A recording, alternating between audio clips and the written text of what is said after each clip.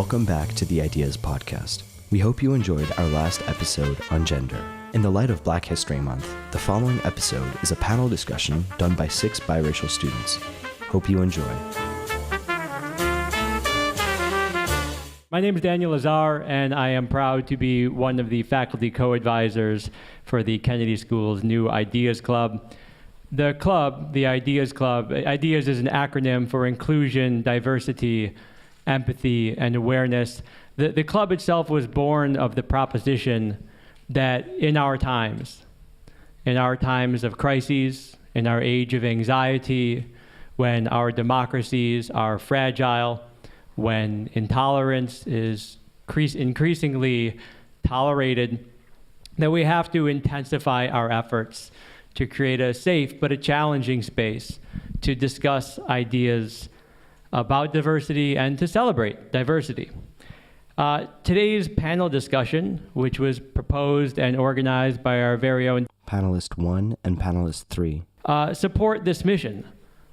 And in the spirit of Black History Month, we're going to grapple in front of you and with you a little bit today with the experience of being biracial at the Kennedy School and being biracial in Berlin. We have no real agenda here, I should say, other than to do our best to try to shed some light in whatever time we have to try to elucidate through storytelling.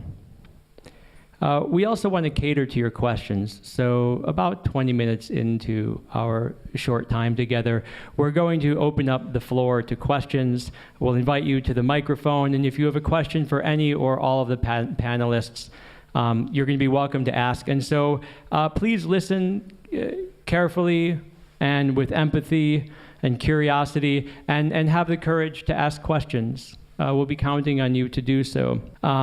So with all of that in mind, and without further ado, just to get the ball rolling, can each panelist here in turn talk a little bit about your experiences being biracial at the Kennedy School? And if we could start with the first panelist, one of the chief organizers of today's event.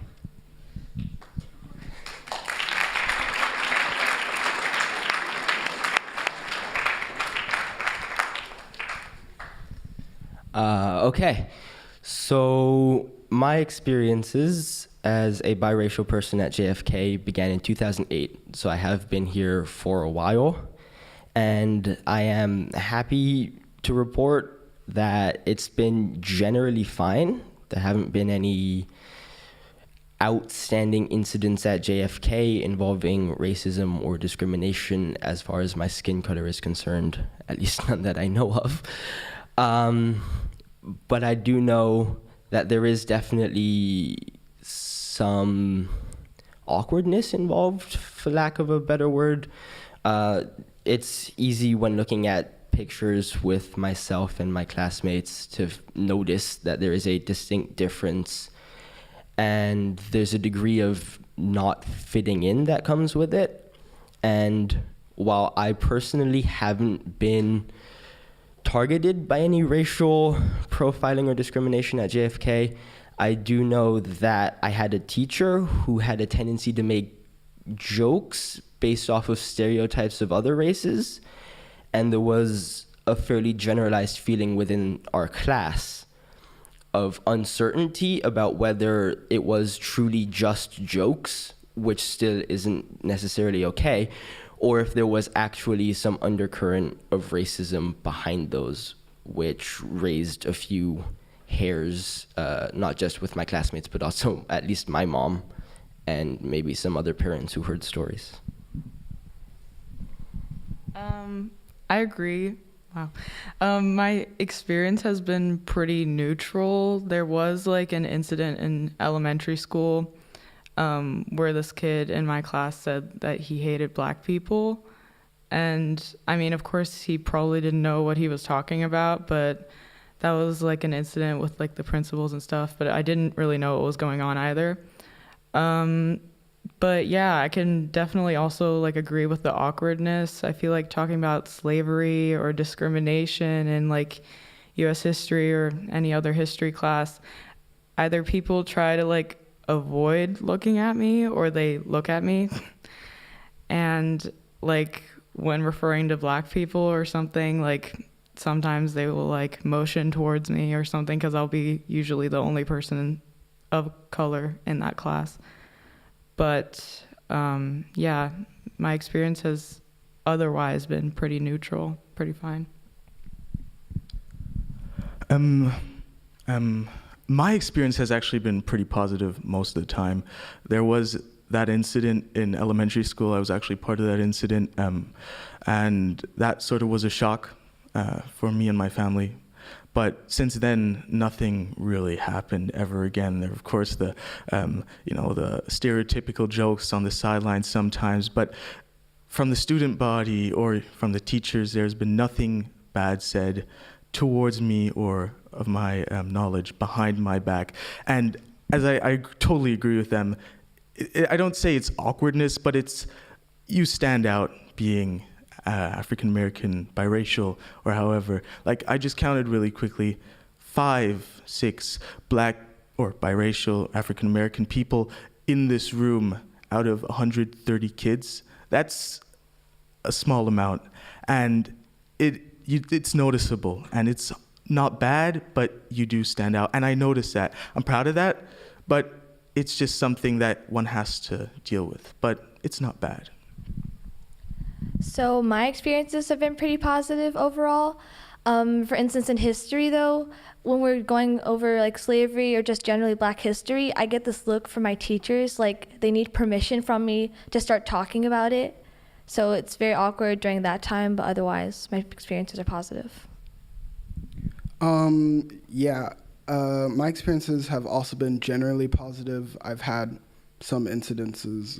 I think my last one was like 10th grade. There was some stuff with jokes that kind of went too far, but since then I've had no real problems, and I've never had anything physical or anything about my race within JFKS at least.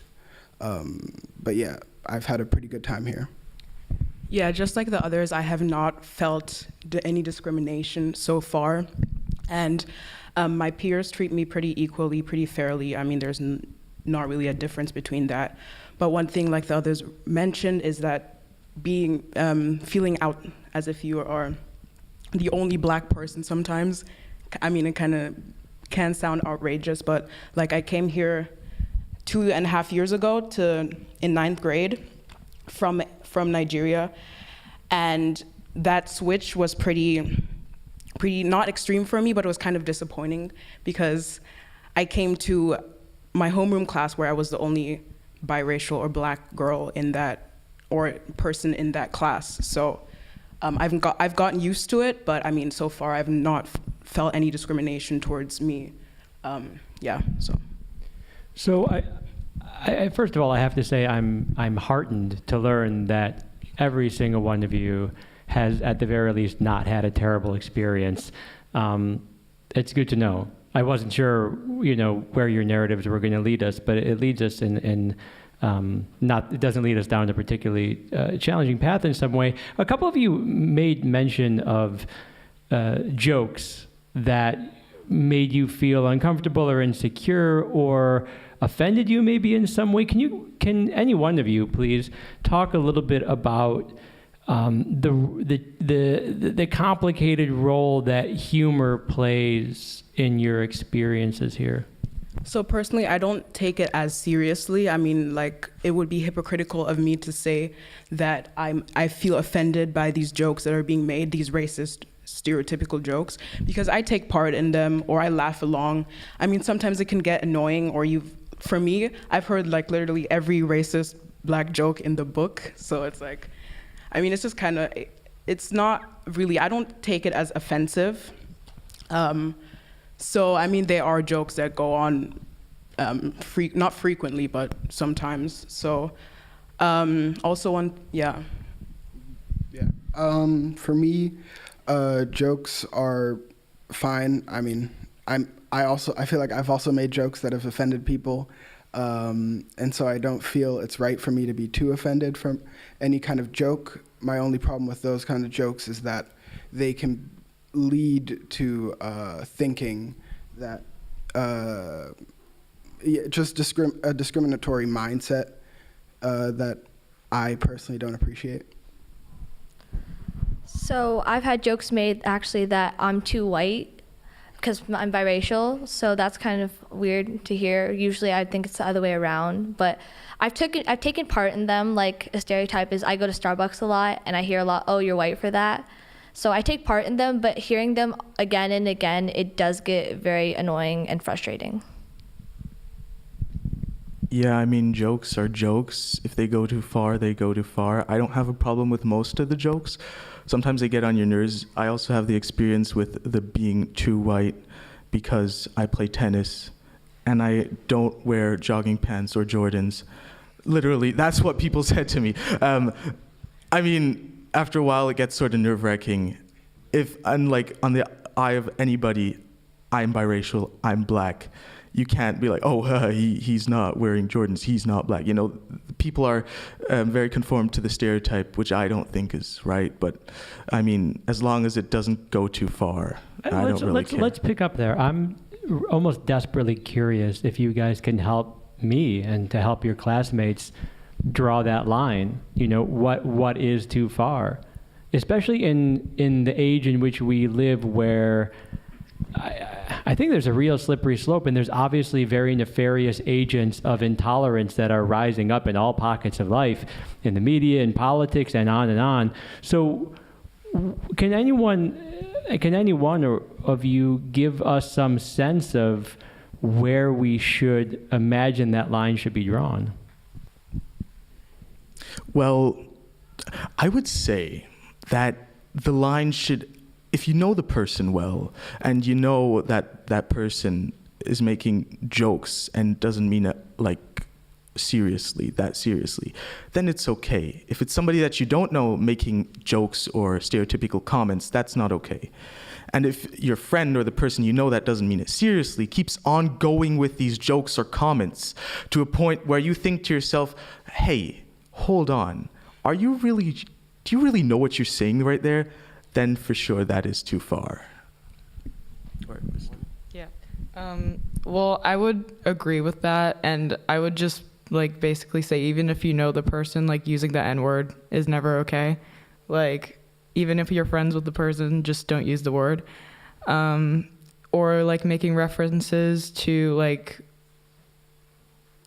typically known racist like stereotypes, don't do it. But yeah. So it was mentioned earlier that context matters a lot, which I agree with. If you're hanging out with your friends, you know them, you know what their beliefs are, and they make some kind of joke that isn't particularly extreme, but is based off of reality or history, then okay, depending on the context, that can slide. I think there's a line that needs to be drawn by how often these jokes are made.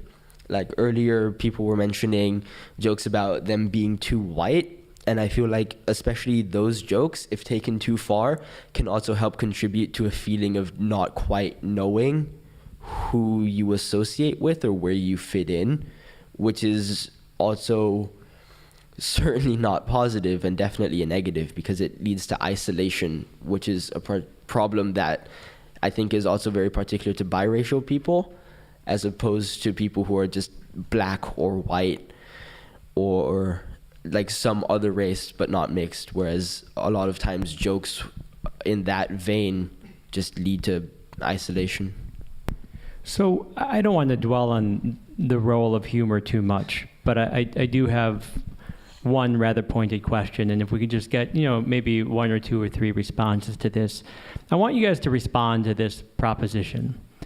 Since we all have different lines, since we all have different tastes, since we all have different sensibilities, since we all have different experiences, should we just recuse ourselves from race-based humor altogether? Should we just avoid these jokes because we don't know where each other's lines are? Or is that some form of censorship or self-censorship that we should not? I mean, I truly am vexed by this, and I would be very grateful if you guys could respond to that proposition. Again, the proposition is we should just avoid using race, ethnicity, religious-based humor because we don't know where the other person stands. That would be utopic, I think. There will always be people that will make those kinds of dark humor jokes. And I mean, you can't change it. You can change it yourself, but you can't change how somebody in, I don't know, Kansas thinks about these jokes or something like that. So it would be great, but I don't think it'll happen. All you can do is try and censor yourself. But too much censorship then also isn't good.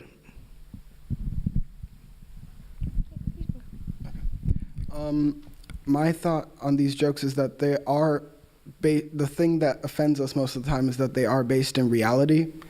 And I have the feeling that censoring all of these jokes is also kind of hiding the issue or avoiding it. And these jokes do at least bring it to the surface and can, in a few cases, lead to some sort of discussion on that subject. I don't think you can completely eradicate the use of jokes like this, but what matters for me is your intent. If it's a malicious intent, you're making these comments because out of hate or out of just being naive or joking. So I think that is also a factor that adds to that as well. So I think a bunch of us are, really trying to grapple and re-grapple with these issues, teachers and administrators and students alike. I wonder if you guys could give some insight into whether you think there's anything the Kennedy School can do, what your teachers can do, what your classmates to do, what your administrators can do to maximize the potential of the racial diversity that we have. I will go on record as saying that though I'm happy to hear and I'm heartened to hear that you guys have not had terrible experiences, I hardly think that we've done everything we can to maximize the potential of the diversity of our student body. So I would love to hear a couple of voices talk about what you think your teachers, your administrators, and if appropriate, your classmates could do better. Well, as I mentioned earlier, one of my teachers had a tendency to make jokes based off of race. It wasn't like African American people or colored people, but it was race-based. And I know that I felt, and I think some of my classmates also felt, unsure about what to do about it at the time. We were in a younger grade, I think it was 8th. And while I did tell my mom about it, I'm not 100% sure what she did. And I feel that the school maybe should have or should allow for a better way for especially younger kids who may not be entirely sure to maybe bring this up with someone and talk about it just to get maybe an adult point of view, if not necessarily action. Well, one thing that I think the administration could do is hire more diverse teachers, because it can be pretty hard to relate to other people. I don't know, when the teacher is white, I don't know. I feel like it would maybe be easier for the students that might get weird looks or feel the tension in the classroom if the teacher could maybe also I don't know, maybe do a better job of relieving the tension, because I feel like teachers very often just either don't notice it or they just leave it alone because they think they can't change anything. Yeah, especially to that last point, relieving the tension. What I see, or what I've noticed when the topic of race has risen up in our classes, that the teachers, wie man so schön auf Deutsch sagt, haben den heißen Brei geredet und sind nicht gleich zum Punkt gekommen. And I think teachers, also students, just everybody should get to the point, not talk around it, not notice it, just talk about it, because most of the times things that are unspoken won't get resolved or it won't change anything. You have to resolve the issue or just talk about it. And I also agree that we should have a more diverse faculty body. I've noticed for example, because we're talking about African American black people, biracial people, I've noticed I think 2 or 3 black teachers at our school, or 4, insgesamt, which is not a lot of a faculty of, I think, more than 50 people. So if we could maybe do something about that, just so people can relate better to the people. It doesn't only have to be black people, it can also be, I don't know, people from the Middle East, just any teacher that is, any type of teacher that is different from our Northwestern European, American lifestyle, and just, So I feel like we could talk a lot, or the teachers could talk a lot more about Black history, incorporate it more to the curriculum.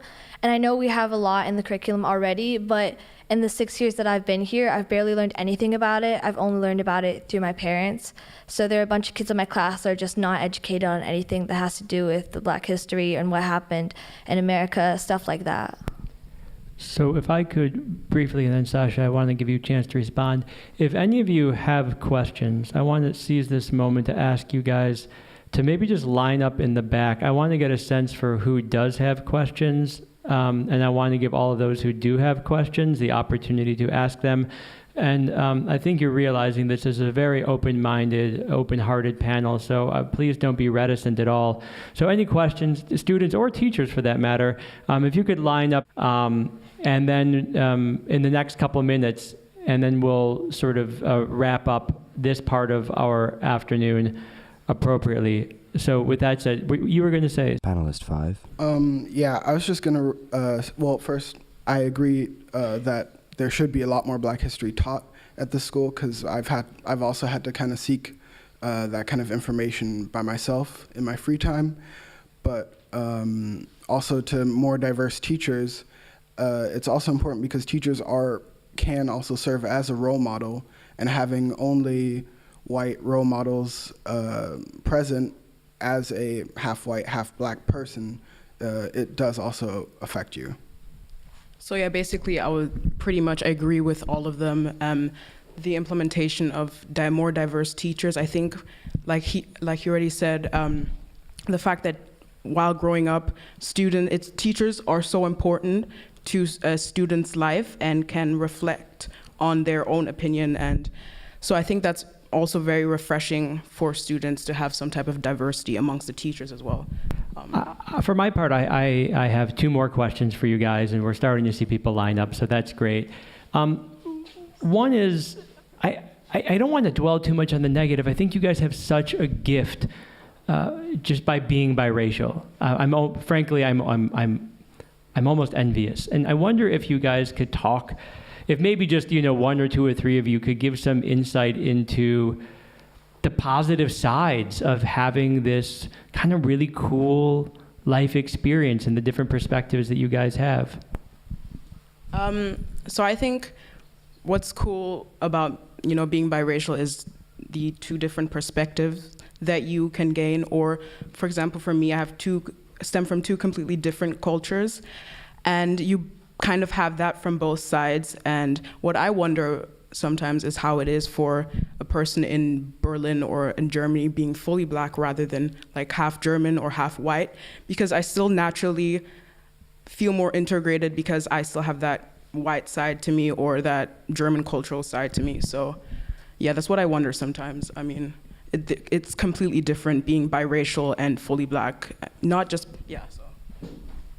To that multiple perspective thing, I think it's very interesting. I don't honestly know how you would look at something with just one perspective of being just black or just white, because for me, every issue, especially race ones, always evokes 2 kinds of reactions, because I'm trying to see the issue from both perspectives and because I have seen into both worlds, so to say.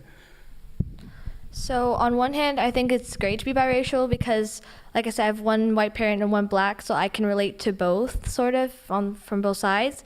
But on the other hand, it's kind of hard because neither of my parents knows what it's like to be biracial, so us 3 kids in the family, we're the only ones biracial, so it's hard to relate. I have one last question. I'd like each of you to respond to it, and then we're going to turn the mic over to your classmates. Can each of you, in turn, just offer one thing, one little snippet, maybe starting with, Panelist 1. because they're handing the microphone over to you anyway. If there was like one thing you would want your classmates to know about what it's like to be biracial, what is that one thing? No matter how much you treat me the same way you treat anyone, I still feel like I stand out. I feel like being biracial in Berlin can have its ups and downs. For example, I feel like the ups would be, I don't know, for having the two different perspectives, and I guess being able to relate sort of to two different races, I guess. But the downs can be like, for example, when people ask you where you're from and you say Berlin, and they ask you, no, where are you really from? And they mean like Africa or something, and it's Berlin, so. I think it's beautiful being part of two different cultures, two different races, if you want to call them that. It's just wonderful being a person of so many things, but it's also hard. But yeah, it's great. So for me in Berlin, personally, I get from a lot of people that they think I'm Middle Eastern. They don't assume that I could be biracial. So they're like, oh, you're from Turkey. So it's harder, I think, with Berlin having a lot of different races, but black is not, or biracial isn't always the biggest one. It's harder. Something important for me is that I'm not black and I'm not white, and I can't relate completely to either side, and any discrimination I face for being black or whatever is kind of like racism light. I don't get the full brunt force of it most of the time. Yeah, so I mean, basically I don't have my own like different individual answer, but it's just also kind of growing up, for example, it was pretty confusing and not being able to know where you fit in because our society is so strictly based on one group. So you're, as a child, or even now, you're like, oh, do I fit with the white people or am I with the black people, you know? So that's still pretty confusing, but as time goes on, like I've learned to embrace it, so. Okay, guys. So we have about 10 minutes. It looks like we have 5 questioners. Don't feel obliged. You don't all have to answer each of the questions. For you guys, just a friendly reminder that if you can not address anyone by name, you can point at them or call them 1 through 6. Cece, why don't you go ahead and ask the first question?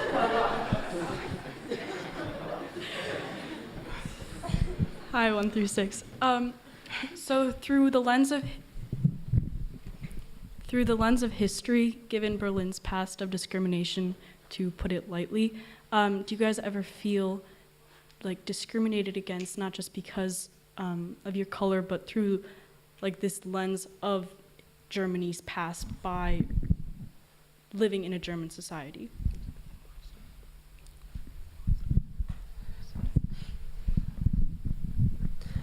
For me, I don't feel that really applies. I am quite interested in history, but I also am very much aware that Germany, more than most any other Western country, has attempted to deal with that past and try and cope with it and move on, if you will. So I don't feel discriminated because of that past. What I have noticed, however, in Berlin, and I'm not sure if it's because of the color of my skin, is when I go to ask people questions in like the supermarket about where to find stuff, they give me a funny look. And then when I speak to them in German, they have a very surprised look on their face. And I don't know if it's because they're thinking I don't speak German just because of the color of my skin.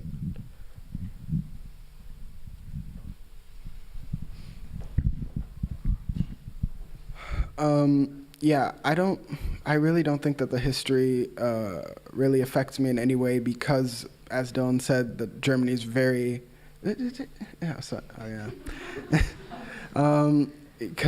because Germany is so active in changing their image and is now, for me at least, it's a better place to live. I'd rather live here than America, let's say, when it comes to race discrimination, but I think the more discrimination was thrown towards Jewish people. Black people were sent to concentration camps and such, but not in any kind of mass as the Jewish population, so I don't think we are that affected. So basically, following up by CC's historical question, like if history affects me in that sort of way, for me, it's not necessarily in Berlin, but Germany as a whole. So you know how there's a difference between Eastern Germany and Western Germany? Because Eastern Germany tends to have more, I guess, cases of racism or right-wing members, if you could say, I guess, something. So on a personal experience, I'm just gonna talk about this. My older brother, he studied in Jena, which is a university city in Thüringen in East Germany. And Thüringen is a Bundesland which is known for having a high percentage of right-wing members. And one night he was out partying, you know, and then at night he was approached by two neo-Nazis, and they were kind of like, you know, calling him out, stating derogatory terms and stuff, and then they beat him up, and he was hospitalized for that, and there was a case revolved around them. They found the two guys that committed this, but they weren't jailed for it because of some problem caused by the police, and because there was not enough evidence based on the police's side. So yes, I think history can affect Germany, especially between, you know, the line of East and West. So yeah, I just wanted to share that experience because it does happen, and it can happen. It happened to a person in my family, so yeah. Yeah, one or two of you mentioned in response to the humor question that you have to be sort of familiar with the person in order to make the humor not okay, but tolerable. But wouldn't that raise some problems, for instance, in social gatherings when one person may be close to a biracial person, and you're not, but they still make jokes about it? How do you feel about that then? I would just say one should know their limit. As you mentioned, that gathering, if you're standing with somebody who makes a racist joke, but it's okay for them because they're somebody else's colored person of color's friend, I would just say restrain from that. Just be careful what you do. I think people have enough conscience and like self knowledge that they'll know when to do something and when to not do something. And as we have talked about, I think before, getting rid of all these jokes and stereotypical comments would be best. So just, yeah. Anyone? Next question, please. I was wondering how far cultural appropriation goes, like what your opinion is on, for example, dreadlocks or braids, and I was kind of, yeah. You mean like when white? When white people wear dreadlocks, for example. I mean, I don't care. It might look good. And a lot of the cases that I've seen it looks better on people of color. I don't want to be like, but you can do what you want to do. I have no problem with that. As long as you don't start with your dreadlocks, start trying to speak Jamaican. Please don't do that. It sounds terrible.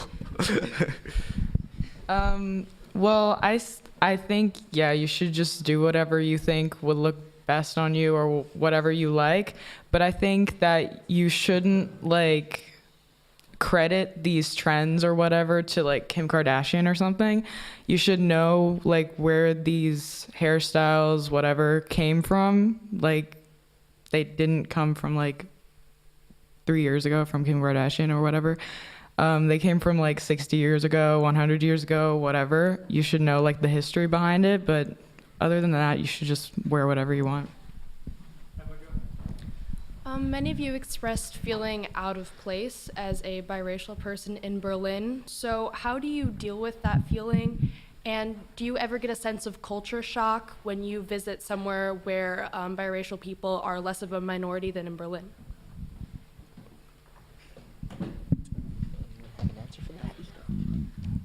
Sure.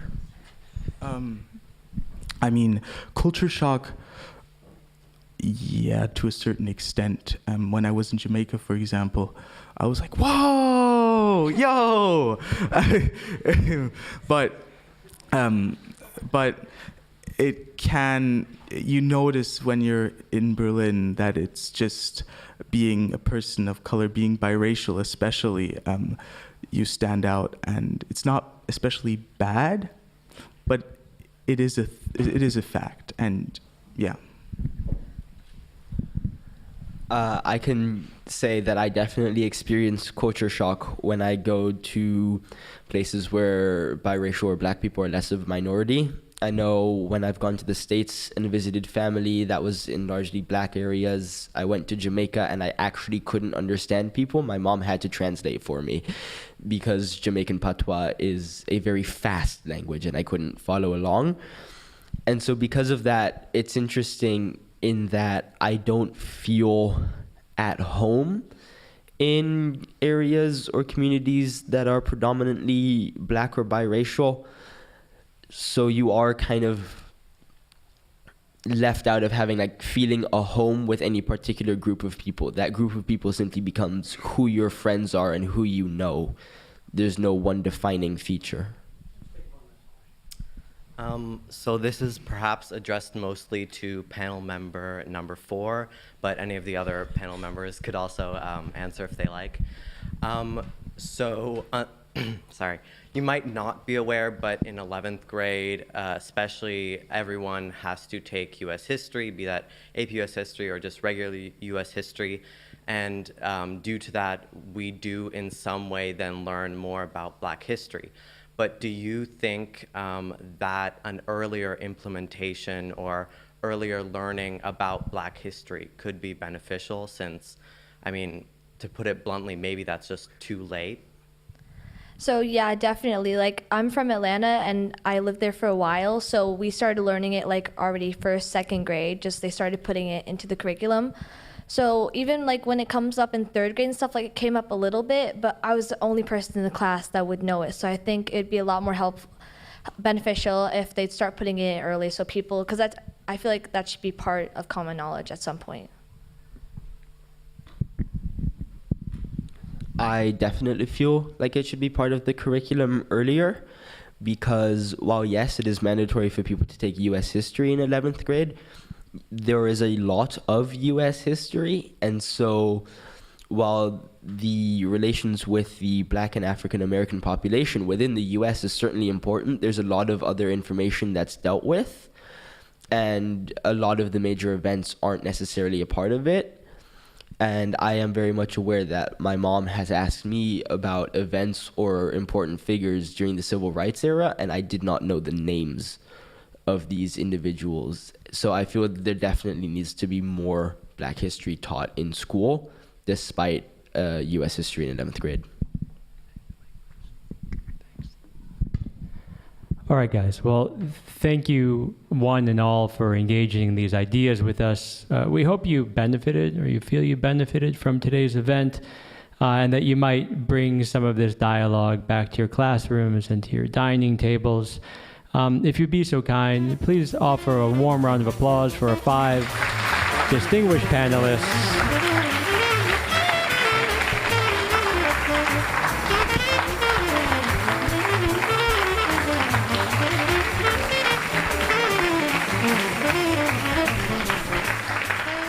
So, thank you all for joining. Keep your eyes open for forthcoming ideas, events, and we hope you guys have a great Wednesday. Bye.